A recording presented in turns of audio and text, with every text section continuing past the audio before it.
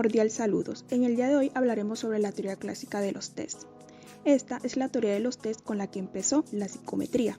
El énfasis del modelo de la teoría clásica está puesta en lograr la exactitud de la medida, o en su defecto, la determinación precisa del error de medición. Los test son utilizados en psicología como instrumento de medida, para así aproximarnos un poco a conceptos y sin ser de todo exactos, podríamos utilizar un test para medir la inteligencia, la memoria, la atención, entre otros. Pero, ¿qué problemáticas tienen estos tests? Los atributos psicológicos no pueden medirse directamente, sino que son constructos teóricos que intentan explicar la conducta humana, por lo que el grado de un individuo está caracterizado por estos constructos se infiere a partir de las observaciones de su conducta. Esto nos lo dice el autor Martínez en el año 1996. Este autor también enfatiza que el diseño de instrumentos para medir dichos constructos psicológicos presentan problemas como: primero, no existe una sola aproximación a la medida de un constructo que sea universalmente aceptada. Segunda, las medidas psicológicas se basan en nuestras limitaciones de conducta. Tercera, la medida obtenida siempre tiene error.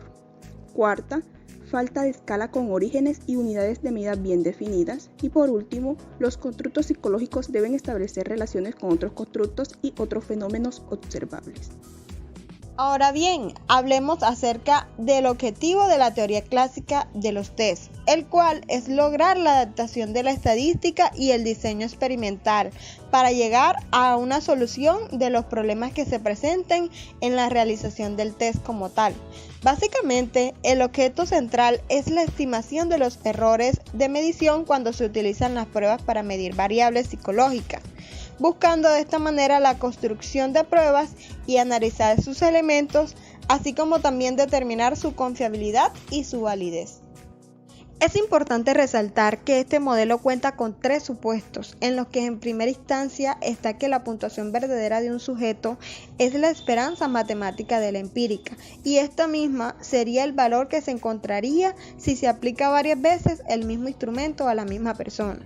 En segunda instancia encontramos que no existe correlación entre las puntuaciones verdaderas de los sujetos en una prueba y sus respectivos errores de medida, y esto significa que los errores son aleatorios y no dependen del valor de la puntuación verdadera.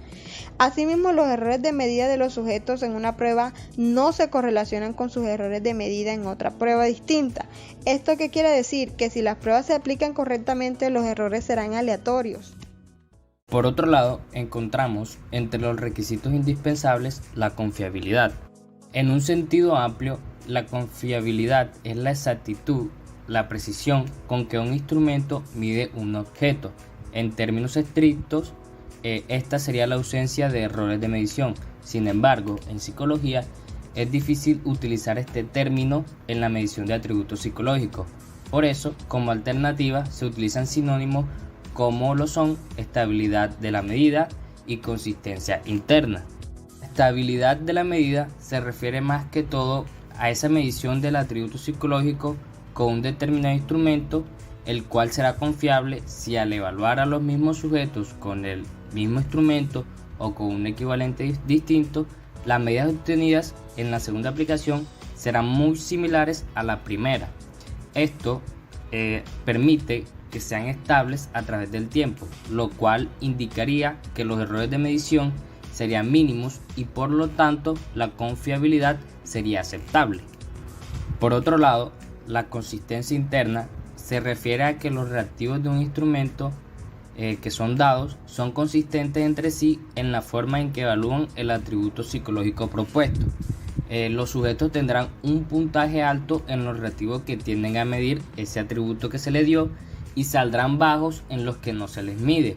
Esta forma de obtener la confiabilidad tiene la ventaja de que no es necesario aplicar la prueba dos veces, sino que con la aplicación de una sola prueba bastaría. Validez. Un instrumento de medición es válido si hace aquello para lo que fue concebido. La validez de una prueba corresponde a lo que ésta mide, su eficacia y lo que podemos inferir de los puntajes obtenidos en la prueba. Para que una medida sea válida, necesita primero ser confiable. No tendrá sentido hablar de validez de un instrumento de medición si no mide el atributo de manera confiable. Tipos de validez. Primero, validez de constructo. Cuando una variable es abstracta, hablamos de ella como un constructo. Es algo que no existe como dimensión de conducta observable. Cada constructo se desarrolla para explicar y organizar consistencias de respuestas observadas, como por ejemplo la inteligencia, la personalidad, el nivel de emoción, entre otras. Segundo, validez de criterio. Esta se utiliza para estimar a futuro una conducta, a la que se llama criterio. Una vez determinado el criterio, se elaboran los reactivos que estarán correlacionados con él. Para obtener el valor de la validez del criterio, se correlacionan los puntajes de la prueba con los puntajes de la variable criterio. Y por último, validez de contenido. Se refiere a que también una encuesta o una prueba mide el constructo que se propone.